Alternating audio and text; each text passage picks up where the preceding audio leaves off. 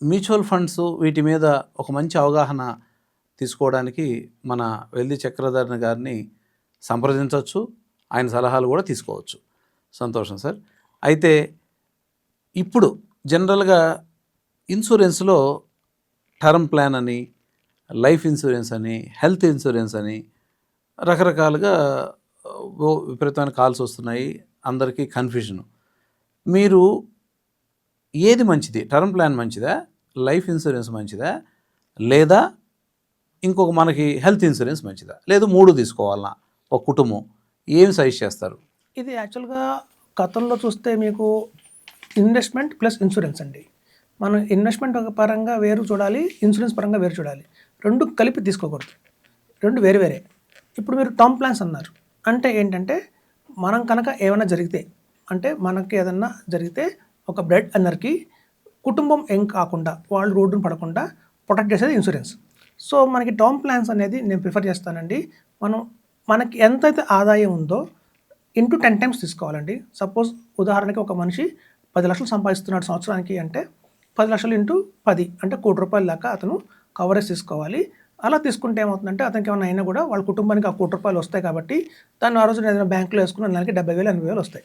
So అలా కనుక plan చేసుకుంటే అది బెటర్ అండి. Term plans is always best. అయితే కొన్ని కంపెనీలు ఏం చేస్తున్నాయంటే వీటికి ప్రీమియం మనం ఎంతైతే కడతామో చివరిలో మనకు ఆ ప్రీమియం తిరిగి రాదు. సపోజ్ ఉదాహరణకి ఒక 30 ఏళ్ల వయసున్న పర్సన్ తీసుకుంటే 60 ఏళ్ల దాకా దానికి కవరేజ్ కావాలి అనుకుంటారు. ఆ 30 ఏళ్ళు ప్రీమియం కడతారు, కానీ చివరి ఆఖరణ ఏం జరగకపోతే, రిస్క్ ఏం జరగకపోతే అతనికి ఏం తిరిగి రాదు. కానీ ఇప్పుడు టాటా వాళ్ళు ఒక మంచి పాలసీ పట్టుకొచ్చారండి. మనం ఎంతైతే కడతామో 30 సంవత్సరాల దాకా ప్రీమియం, అట్లీస్ట్ ఆ ప్రీమియం తిరిగి ఇస్తున్నారు.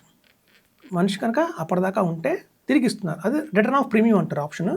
ఆ ఆప్షన్ మనకి ఐసిఐసిఐ, హెచ్డిఎఫ్సి, టాటాలో అన్నింటిలో ఉంది. కానివ్వండి, తక్కువ ప్రీమియంతో మనకి కావాలి అంటే కనుక టాటా పాలసీ బాగుందండి. వాళ్ళది మంచి పాలసీ. 1 crore పాలసీ తీసుకున్నా కూడా మనకి దగ్గర 20,000 ఏమో పడుతుంది సంవత్సరానికి. 60 ఏళ్ళ దాకా కవరేజ్ ఉంటుంది. 60 ఏళ్ళు అయిన తర్వాత మనం కట్టిన ఈ ప్రీమియం అంతా మనకి రిటర్న్ వస్తుంది. సో టర్మ్ ప్లాన్స్లో అది best. Next health insurance. Health insurance లేకపోతే ఇవాళ మన హాస్పిటల్లో అడుగుపెట్టడానికి లేదండి. మనం చూస్తే 10 లక్షలు కూడా బిల్ అయిపోతుంది ఈజీగానే. సో ప్రతి ఒక్కరికి మనం రిక్వెస్ట్ చేసేది ఏంటంటే కనీసం హైదరాబాద్ లాంటి సిటీస్లో 10 lakhs నుంచి 25 lakhs దాకా కవరేజ్ పెట్టుకోమని చెప్తున్నాం. సో మరి ఇందులో ఎలాంటి కంపెనీ తీసుకోవాలి? హెచ్డిఎఫ్సి ఉంది, ఐసిఐసిఐ ఉంది, స్టార్ హెల్త్ ఉంది, టాటా వాళ్ళది ఉంది, ఇట్లా కేర్ హెల్త్ ఉంది. సో మాకున్న ఈ 20 సంవత్సరాల అనుభవంతో ప్రతి ఒక్క కంపెనీలోనూ ఒక ప్రాబ్లం ఉందండి. ప్రాబ్లం లేని కంపెనీ అంటూ లేదు. మనం హెచ్డిఎఫ్సి తీసుకుంటే ప్రీమియం చాలా ఎక్కువ. సో ఆ ప్రీమియం మీరు ఇవాళ ఉద్యోగం ఉంది, మన శాలరీ వస్తుంది, మనం కట్టగలుగుతున్నాం. లేకపోతే మనం రిటైర్ అయిన తర్వాత పెన్షన్ వస్తుంది, అంత జీతాలు రావు. అప్పుడు కూడా ఆ ప్రీమియం భరించగలమా అంటే కొంచెం క్వశ్చన్ మార్కే.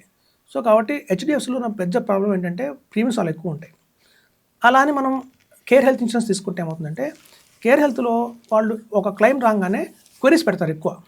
నిజంగా మీకు ఇప్పుడే వచ్చిందా, ఎప్పటి నుంచో ఆ ప్రాబ్లం ఉందా, హాస్పిటల్లో జరగగానే మీకు క్యాష్లెస్లో వెళ్తాం. వెళ్ళగానే క్వశ్చన్స్ ఎక్కువ వస్తాయి, క్వరీస్ ఎక్కువ వస్తున్నాయి కేర్ హెల్త్ నుంచి. వాళ్ళ దగ్గర ఆ ఇష్యూ ఉంది. స్టార్ హెల్త్లో ఏంటంటే క్యాష్లెస్ బాగానే అవుతుందండి, కానీ రీఎంబర్స్మెంట్ కనుక వెళ్తే మాత్రం 3-4 months ఈజీగా పట్టేస్తుంది.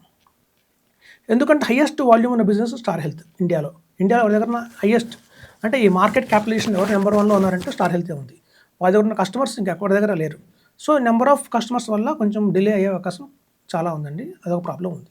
సో ఐసిఐసిఐ అయితే ఏమిటంటే మనకి పీఈడీస్ కనుక ఉంటాయి, ఆల్రెడీ పాలసీ తీసుకున్నప్పుడే కనుక డయాబెటిక్ కానివ్వండి, థైరాయిడ్ కానివ్వండి, ఏదైనా డిసీజ్ ఉంది అంటే మాత్రం ఇది పాలసీస్ రావడం కొంచెం కష్టంగా ఉంటుందండి.